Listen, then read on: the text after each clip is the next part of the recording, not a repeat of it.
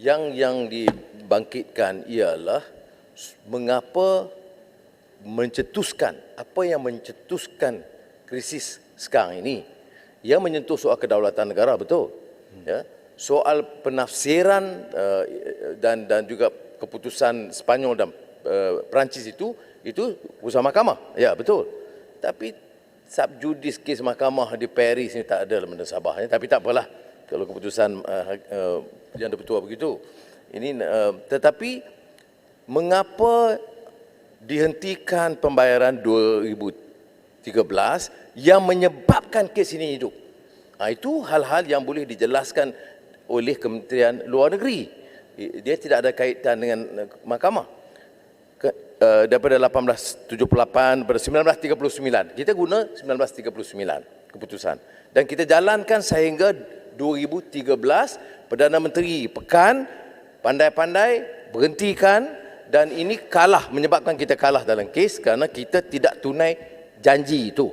Sekarang pada tahun 2019 dalam masa Program Negara Tommy Thomas mengusulkan supaya ini dapat diteliti semula, disambung. Tapi yang ini harus difaham. Jadi kalau usul itu bawa mohon pandangan Kementerian Luar atau kerajaan, dan bagi saya ini Perdana Menteri, ini soal kedaulatan, soal apa semua. Jangan isu ini dihalang semata-mata kerana mahkamah. Dan mahkamah pula di luar negara. Kalau bicara soal mahkamah, maknanya semua isu tak boleh sebut. 1MDB tak boleh sebut, semua tak boleh sebut. Jadi saya mohon pertimbangan Yang Dipertua, kerana ini sangat menyentuh perasaan bukan saja orang Sabah tapi rakyat Malaysia. Mana mungkin satu negara merdeka dan berdaulat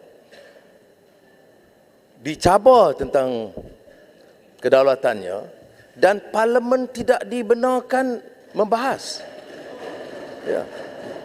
Kalau pandangan saya, isu-isu seperti ini membolehkan Yang Dipertua menangguhkan semua isu lain hanya untuk putuskan pendirian parlimen, supaya parlimen boleh memberi sokongan kepada kerajaan sekiranya diambil keputusan yang benar. Keputusan yang tepat kita patut sokong. Jadi maknanya seluruh ahli dewan parlimen boleh bersetuju dan menyokong pendirian Perdana Menteri untuk mempertahankan wilayah dan memberi penafsiran yang sah sejak 1939 dan akan membantah segala usaha yang untuk mempertikai kedaulatan kita.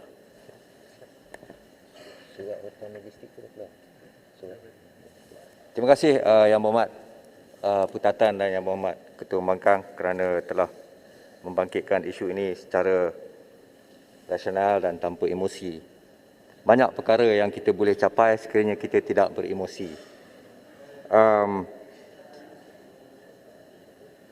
Isu yang ditangani oleh mahkamah di Sepanyol dan juga di Paris adalah berbangkit daripada sebenarnya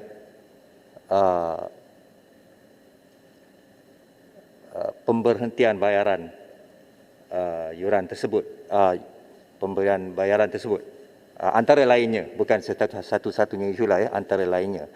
Yang Berhormat Ketua Pembangkang sendiri pun telah berkata tadi bahawa pemberhentian bayaran tersebut telah menyebabkan kita kalah. Jadi adalah terang bahawa isu tersebut merupakan satu core isu dalam litigasi di Sepanyol dan di Paris serta juga di dalam proceeding arbitration tersebut. Jadi ianya tertakluk kepada argumen pertikaian dan juga argumen submission di dalam proses-proses litigasi tersebut. Maka ianya sub judice pada pendapat saya. Tapi satu lagi hal ialah begini, saya teliti Yang Berhormat Putatan usul beliau. Usul beliau ialah untuk bukan untuk membincangkan tapi untuk membahas dan untuk meminta ataupun meminta menteri memperjelaskan. Jadi ianya memerlukan satu ketetapan. Dalam 18.2 tidak ada ketetapan, nombor satu, tidak ada perbahasan. Ianya untuk membincangkan sesuatu isu yang berbangkit. Jadi perlu kita tengok tujuan 18.2 tersebut, purpose dan objektifnya. Kalau kita nak minta memperjelaskan atau menjawab, maka begitulah saya tulis dalam surat saya kepada Yang Berhormat Putatan, terdapat alternatif lain, iaitu dengan menanyakan soalan untuk jawapan lisan. Sebegitu prosedurnya. Kalau 18.2 kita hanya untuk bincang saja. Kita tak boleh suruh menteri atau kabinet buat itu dan ini kerana tidak akan ada ketetapan, tidak akan ada perbahasan, tidak akan ada ketetapan, tak akan ada undi pun 18.2 ni. Jadi saya nampak usul 18.2 ni selama ini telah disalah faham. 98% saya rasa usul yang difailkan 18.2 yang datang kepada saya semua untuk meminta itu dan ini, bukan untuk membincangkan. Itu telah saya kata banyak kali. 18.2 bukan untuk meminta, memohon dibuat itu dan ini, kerana tidak akan ada perbahasan dalam 18.2. Oleh kerana tak ada perbahasan, maka tidak akan ada undi, tidak akan ada masalah, dan oleh itu tidak akan ada ketetapan. Ya. Jadi saya rasa Yang Berhormat Ketua Mangkang, Yang Berhormat Putatan, lebih baik sekiranya kalau kita hendak penjelasan, difailkan soalan untuk jawab lisan. Itu keputusan saya. Tuan, Patron syarat 36.2. 36? 2. Apa tu? Ini untuk membuktikan bahawa saya tak pernah lari, ya. Seperti mana yang Apa kalau tuan fikir lari pun tak apa. gembar-gemburkan oleh setengah pihak, saya lari. Tak apa. Ya, Sepang. Sabar Tan Sri, jangan emosi. Terima kasih Tak kepada emosi. Tan Sri. Semalam tak lari ke tu? hari ini Tan Sri memang aman dan senyum. Inilah ketendak daripada Yang di-Pertua. Terima kasih Tan Sri. Tan Sri, saya Bukan emosi, semangat saja. okey. Macam mak kilau lah. Tan Sri 3.2 Tan Sri rasanya Tan Sri tahu tentang subjudis. Saya ingin mendapat satu penjelasan yang jelas lah, supaya kita mudah dalam perbahasan nanti. Ya. Saya dipahamkan, setakat yang saya faham, semasa Tan Sri menolak usul daripada Kota Belud, alasannya adalah alasan subjudis. Saya, Tan Sri, with due respect, saya tidak bersetuju dengan alasan tersebut. Okay. Sebab saya rasa, kalau kita baca 3.2 ini, dia bukan tak sepatutnya satu blanket prohibition dengan izin. Dia sepatutnya case by case basis. Maknanya kalau ada sesuatu perbahasan, Tan Sri berpendapat ketika perbahasan itu ada menyentuh soal merits of the case, barulah Tan Sri kata tak boleh disentuh kerana subjudis. Tapi bila belum lagi bahas telah kata subjudis, ini yang berlaku masa kami dulu semasa pekan jadi Perdana Menteri, semua soalan tentang YNDB semua diborong tolak alasan subjudis. Masa tu Tan Sri pun marah. Masa tu bukan Tan Sri, masa tu Azhar. Jadi Tan Sri, saya nak katakan Tan Sri, dalam Tan Sri saya ada kes law ni yang diputuskan oleh Tan Sri Arif ketika jadi hakim. Nama kes tu ialah Syarikat Bekalan Air Selangor Senyam Berhad versus Fahda Nur binti Ahmad Kamar and another. Another tu adalah arwah Lutfi Osman. Saya terpaksa menyatakan kepentingan saya terlibat dalam kes ini. I was representing arwah Ahmad Lutfi. Cepat sikit. Ini melibatkan kes contempt of court dan ada terlibat dengan subjudis. Di mana Tan Sri Arif kata, Tan Sri kena bacalah judgement ni. Ya. Memang subjudis ni tidak boleh pakai secara sparingly dengan izin. Mesti berdasarkan case by case basis. Jadi saya rasa Tan Sri tak boleh tolak usul daripada Kota Belud atas subjudis.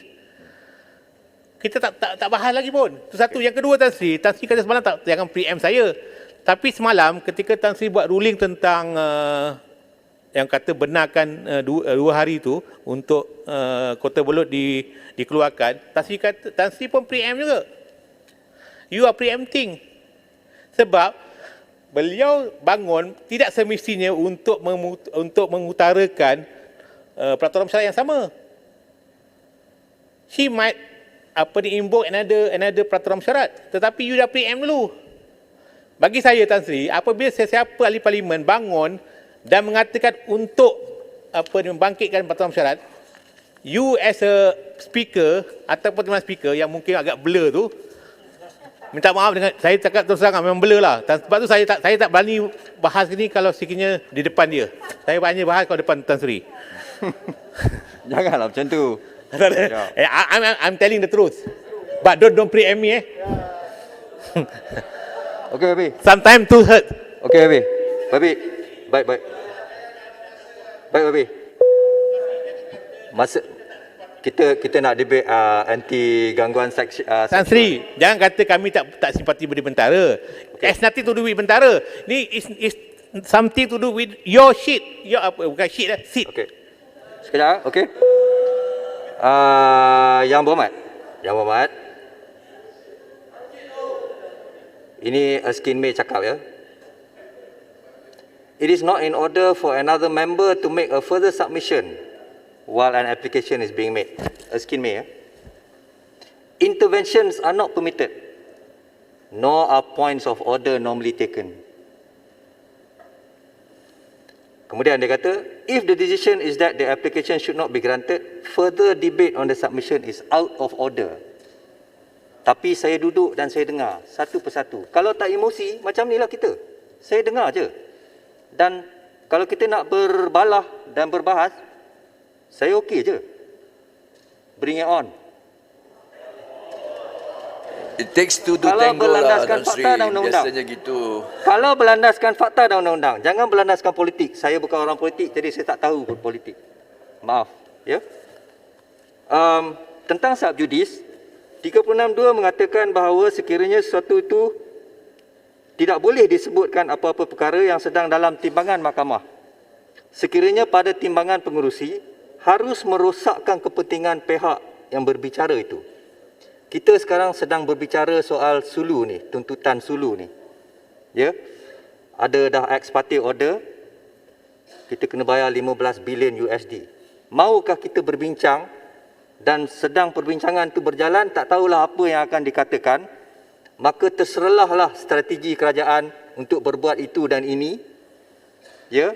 Dan maka akan adalah kritikan terhadap tindakan kerajaan yang akan dibuat itu ataupun yang telah dibuat. Maka pihak yang satu lagi boleh membacanya. Apakah itu tidak akan merosakkan kepentingan kerajaan di dalam prosiding litigasi tersebut? Maukah kita tunjuk strategi kita kepada dunia? First rule of litigation is the element of surprise. First rule of war pun serupa. Ini kita sedang mempertahankan kedaulatan kita. Yang ahli-ahli yang berhormat komplain ni, kita tak mempertahankan. Kita sedang mempertahankan dan kita hendak dedahkan strategi kita kepada orang lain. Maukah kita berbuat begitu? Adalah menjadi tanggungjawab saya untuk tidak membenarkan perkara ini. Terima kasih.